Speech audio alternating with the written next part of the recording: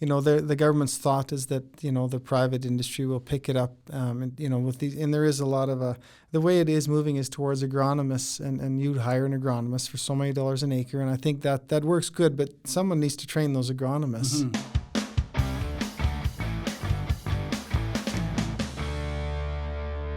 Hello and welcome to Farming Smarter's podcast. Today our guest is Ryan Mercer, a very special person down south of Lethbridge.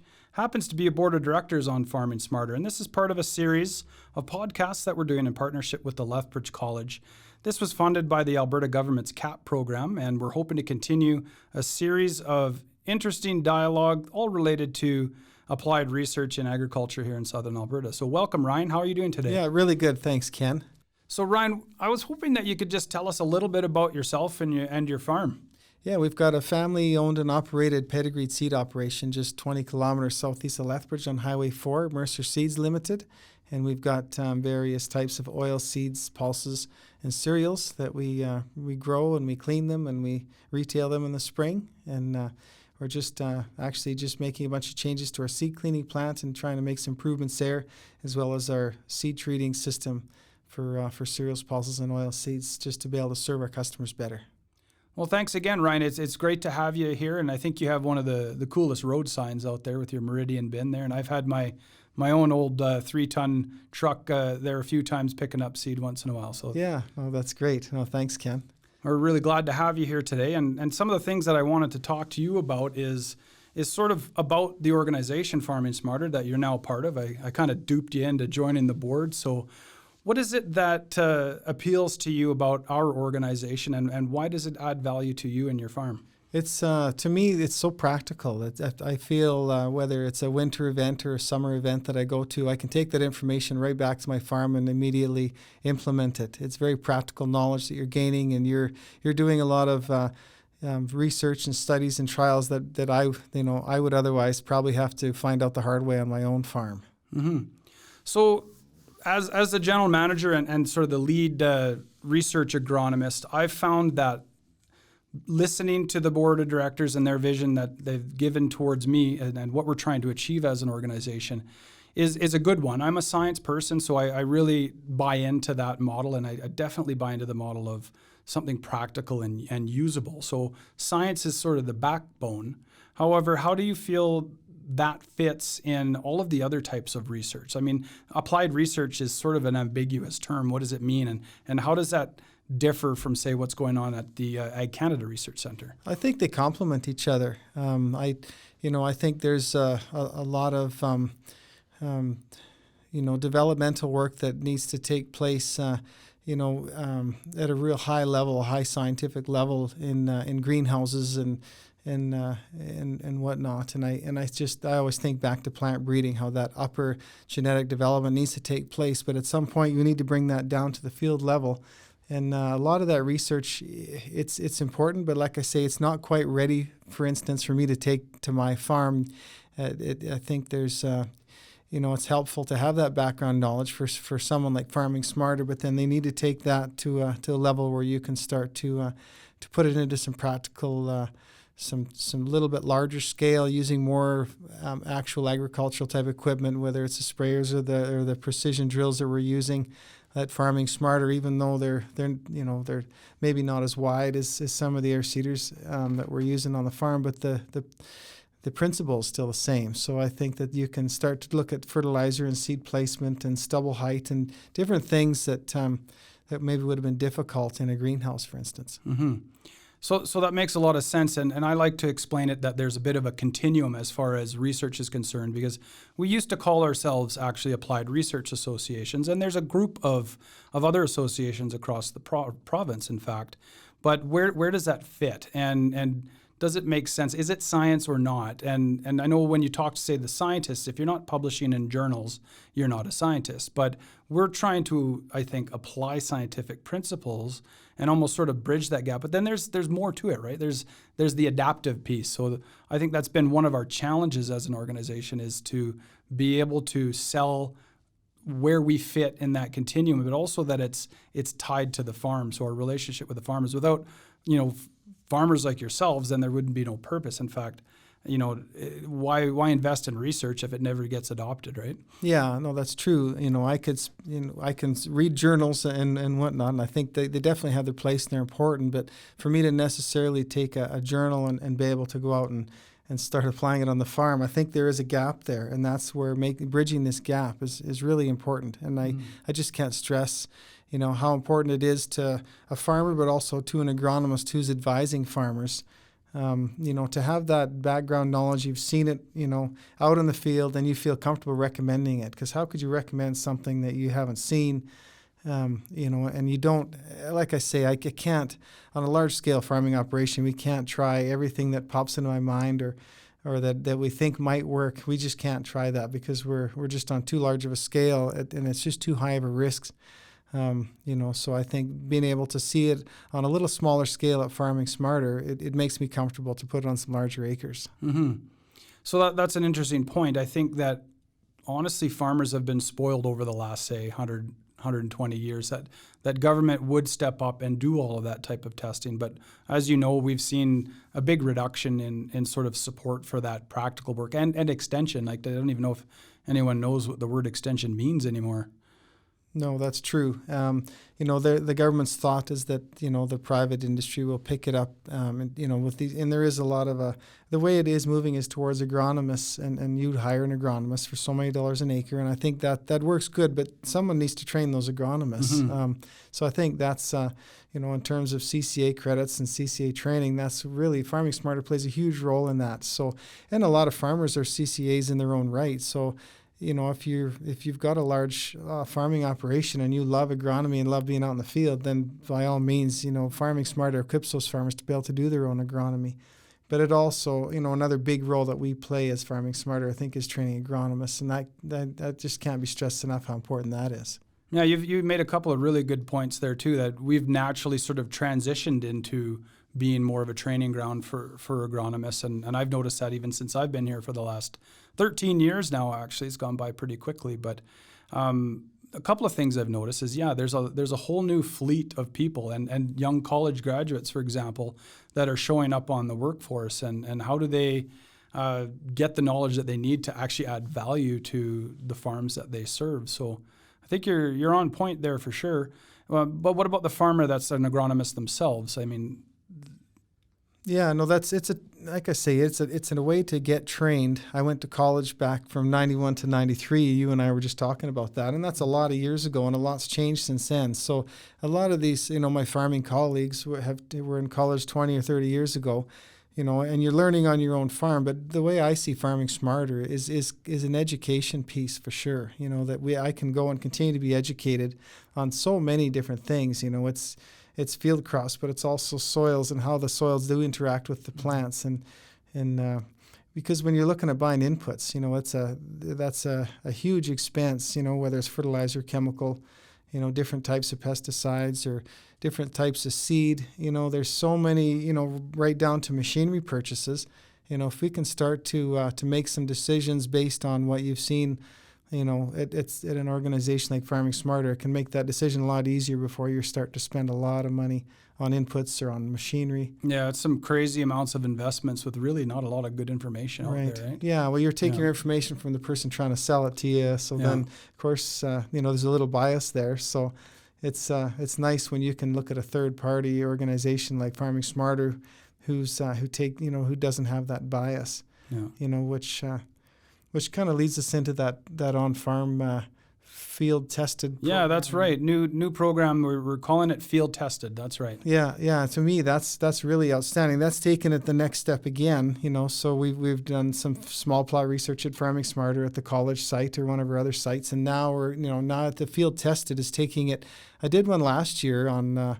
It was about 300 acres, and we had 9 reps across 300 acres, and so that there again was a very large scale, replicated, and so I think it was very valuable. And a lot of people have asked me since then about that, and I think that'll continue. I think that because of the way we're set up now with precision agriculture and GPS, we can do on-farm research better than we ever could before, but we need someone to help us coordinate that and oversee that, and that's where Lewis Sparta would come in and be able to set that up. good segue for the program, and it's not anything that's necessarily new, but we've been involved in on-farm research since I've started, and definitely taking advantage of the yield maps and all that sort of thing, and trying to design a protocol to do on-farm research. But we've learned a lot over the years is that it's not easy. Every farm is set up differently. They have different equipment. They have different skills. And in all honesty, there's a lot of wild cards. I think there's a big reason why a lot of scientists don't get involved in on-farm research is because there's just too much variability for them to control. And as a scientist, that's one thing that's important to do, is be able to control variables and test your hypothesis. But we're excited about building that program, and I think it kind of, again, adds to the continuum. You do work on the small plots, and then it only makes sense to take it literally onto the farm and see, does it work with your particular set of circumstances? Because I think your farm is unique compared to anyone else's. I mean, your own rotations. And I remember you presenting actually at an agronomy update about, the diversity of crop rotations and how you do that to manage risk. Maybe talk about that a little bit. Yeah, crop rotation is really important to me, and I think that's part of my integrated pest management plan. Is that I'm pesticides are important, but I think just as important are some of the other things you can do to minimize the pressure from disease or from insects, just simply by rotating crops, looking at different stubble heights, different warm season, cool season type crops, maybe putting some winter annual crops in there. There's just a wide variety. I think crop rotation is really important. The other thing we've done for a dozen years now is use stripper headers, and that's a learning curve as well. You've got a couple feet of straw there now that you're trying to seed through, and so it's just been another thing that we've found really beneficial, especially now that we seem to be getting into a bit of a drier cycle here. We're definitely seeing a noticeable difference in where we've had taller stubble to shade the ground from the wind and the sun, but also to catch more snow during the winter months. And the organic level over the last 25 years has increased 1%. So to me, that's a huge plus. That's over our farm. So yeah, 1% organic matter doesn't sound significant, but when we only have a few percent, it's a big deal. Mm-hmm. It's a 25% increase, for instance. Yeah, you should get an award for that, right? Oh, I don't know about we'll that. We'll find something for you. Yeah, but I mean that's pretty exciting stuff, and it's amazing how much variability is in a biological system. That's really what you're trying to manage, a business within a biological system, and treating your soil as a living thing. That's it's not just dirt, and I think it's important. And when I think about the way we used to farm, and we didn't know any better back in the 80s, we were cultivating and making sure that we got all the weeds under control with tillage and whereas the technology now and the knowledge that we were able to gain from some of that, I think is great. We're seeing more wildlife habit than ever. We've got better infiltration rates and water holding capacities. And so we have way less sloughs than we used to, way less rocks than we used to. Yeah. And so my son's not going to know what picking rocks is, unfortunately. Poor guy.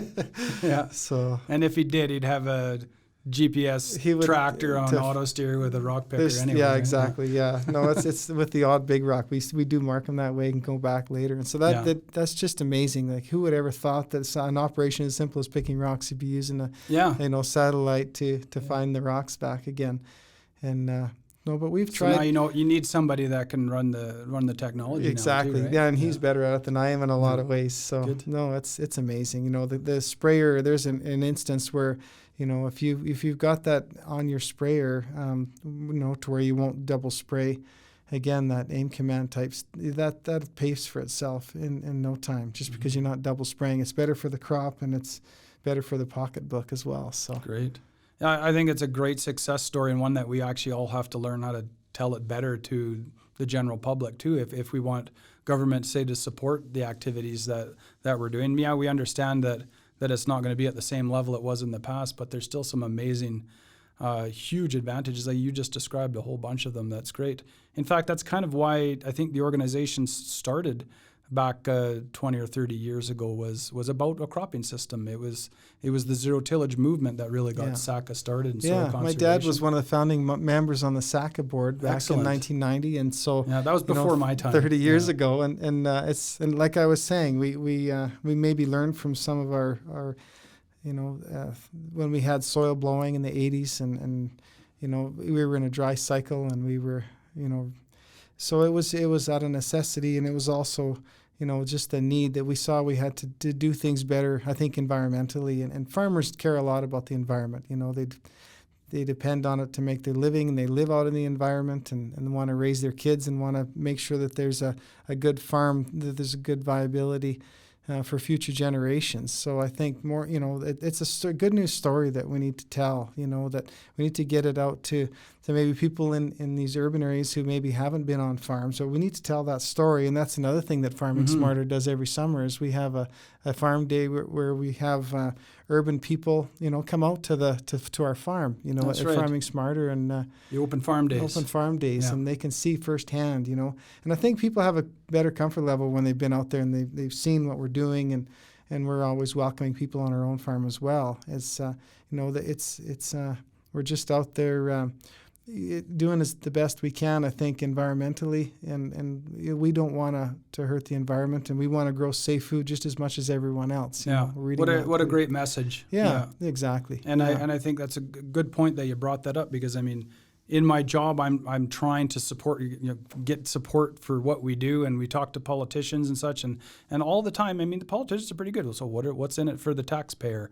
And I think by having them out there, they get to see firsthand how intricate details there are in agriculture, and all the stuff that you just described, very quickly. There's so much behind that's so complex, but to kind of get rid of that old stigma, the farmer with a pitchfork type thing. Yeah. This is one of the most complicated businesses there is out there, and it touches just about every aspect. Exactly. It's pretty exciting. Yeah, traceability is important. That's another thing that we've got. More data than we've ever had before, but now managing that data and being able to prove to the consumer that this food is safe, and this is why, this is where it was grown, this is what was applied. And I think it's the traceability aspect, whether it's livestock or crops, either way is really important. And I think it's just, you're going to see more of it in the future. Mm-hmm.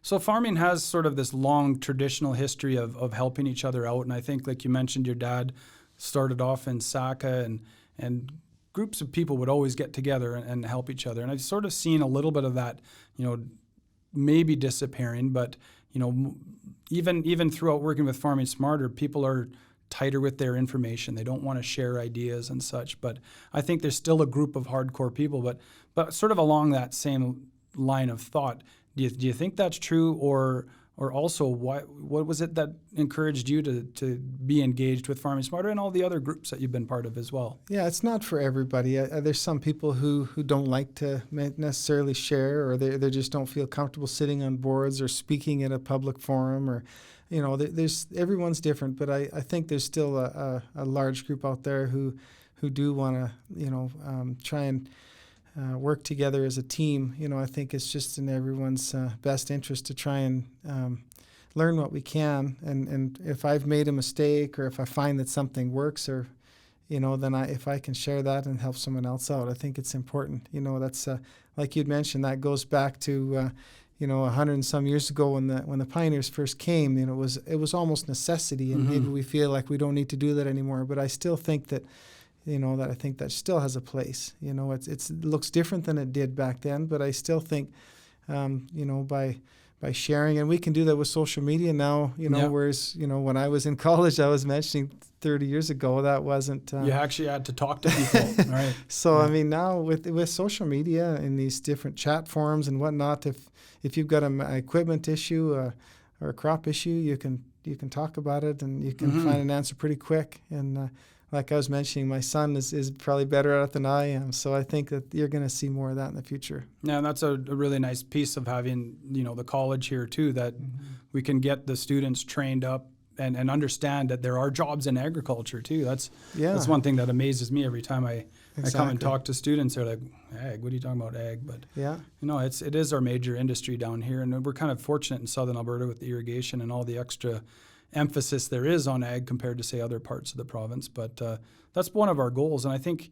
another important piece of that is how do we form this collective intelligence, right? Because I know we're all really smart people, and, well, if we want to brag, and we can all go off and do our own thing. But what I really like about working for Farming Smarter and being part of all of these folks like yourselves that come together at events is we bring so many different ideas together, and we get to play that sort of big picture role and pick an idea from there and over here, and then bring it together and then put an actual scientific research project together and test it out and find out whether it works or not. And sometimes it doesn't, sometimes it doesn't. Yeah, there's only one way to find out. Yeah, exactly. We have to keep trying. Exactly, is really that's what it comes down to. Yeah.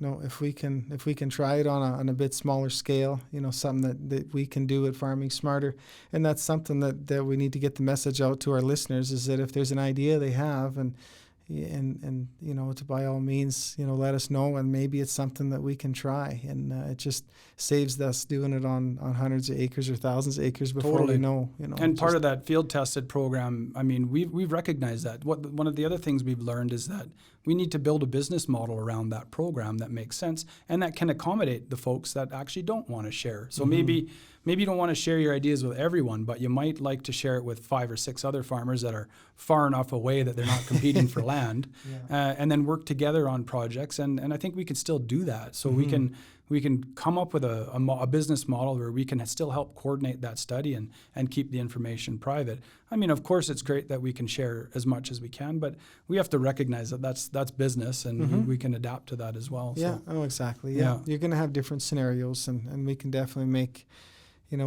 each scenario work and look at it as a different approach. Yeah, there's opportunities wherever you look. And I think one of the other things that was really interesting when we polled our members this year was that the willingness to participate in projects, or the interest in projects. So that's one thing exactly. I want to reiterate what you just said is if there are projects or issues or ideas that you'd like to see developed and you're interested in working with a group of smart people, then certainly give us a shout at our website's farmingsmarter.com. Any of the board members, get a hold of them. Louis Barta, myself, our door's always open at the Farming Smarter shop there, and we're kind of eager to do that type of work and grow it into a really cohesive network of eager learners, we'll say. Yeah. And on top of that, we do have a couple of programs now where we're tailoring private information. Now we've got, I think you were one of our first signups on that.